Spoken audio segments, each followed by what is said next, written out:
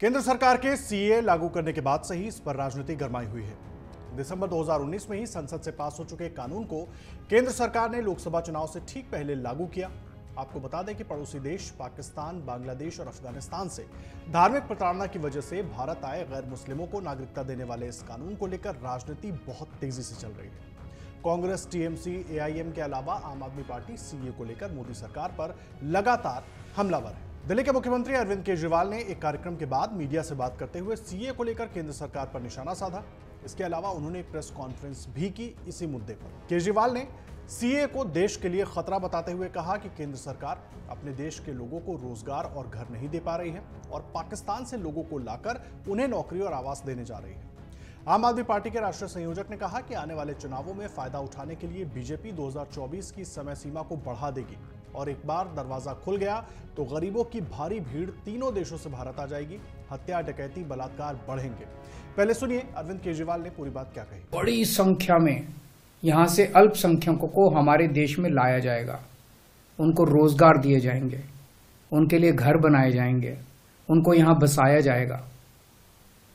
अजीब बात है ना, बीजेपी की केंद्र सरकार से हमारे बच्चों को रोजगार दिए नहीं जा रहे, पाकिस्तान से लोगों को लाके उनके बच्चों को रोजगार देना चाहते हैं। हमारे लोगों के पास तो घर नहीं है, भारत के तो ढेरों लोग बेघर हैं, लेकिन बीजेपी वाले पाकिस्तान से लोगों को लाके उन्हें भारत में बसाना चाहते हैं, उनको घर देना चाहते हैं। हमारे रोजगार उनके बच्चों को देना चाहते हैं, हमारे हक के घर उनमें पाकिस्तानियों को बसाना चाहते हैं। भारत सरकार का जो सरकारी पैसा हमारे परिवार और देश के विकास पे खर्च होना चाहिए, वो पैसा पाकिस्तानियों को भारत में बसाने पे खर्च किया जाएगा। अरविंद केजरीवाल को सुना आपने किस तरीके से अरविंद केजरीवाल ने बहुत सधे हुए अंदाज में इस पूरे मामले को हिंदू मुस्लिम का मुद्दा न बनाते हुए अपराध और समस्याओं से जोड़ दिया। उन्होंने पड़ोसी देशों से आने वाले लोगों के धर्म का जिक्र किए बिना अल्पसंख्यक शब्द या फिर गरीब शब्द का इस्तेमाल किया। वहीं असदुद्दीन ओवैसी समेत कई नेता सीए को मुसलमानों के खिलाफ बता रहे हैं।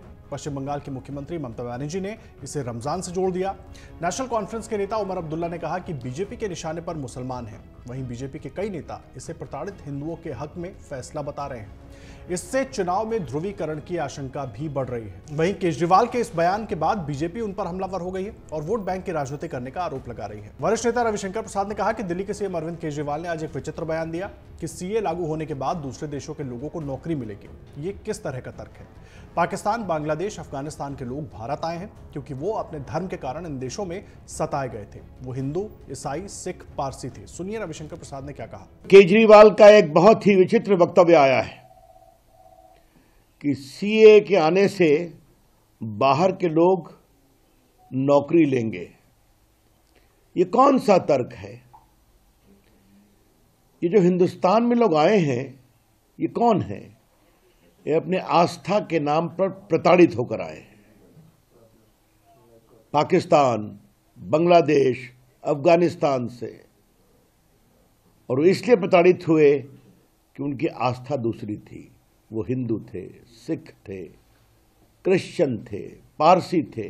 लेकिन केजरीवाल जी, वोट बैंक की प्रत्याशा में आप कहां तक जाएंगे? बार बार माननीय गृह मंत्री अमित शाह जी ने इसको स्पष्ट किया है कि सीए हिंदुस्तान के किसी नागरिक की नागरिकता नहीं लेगा। सीए कानून का हिंदुस्तान के किसी भी नागरिक के बारे में कोई संबंध नहीं है। न हिंदुस्तान में रहने वाले किसी की नागरिकता छीनेगा, न किसी को नागरिकता देगा।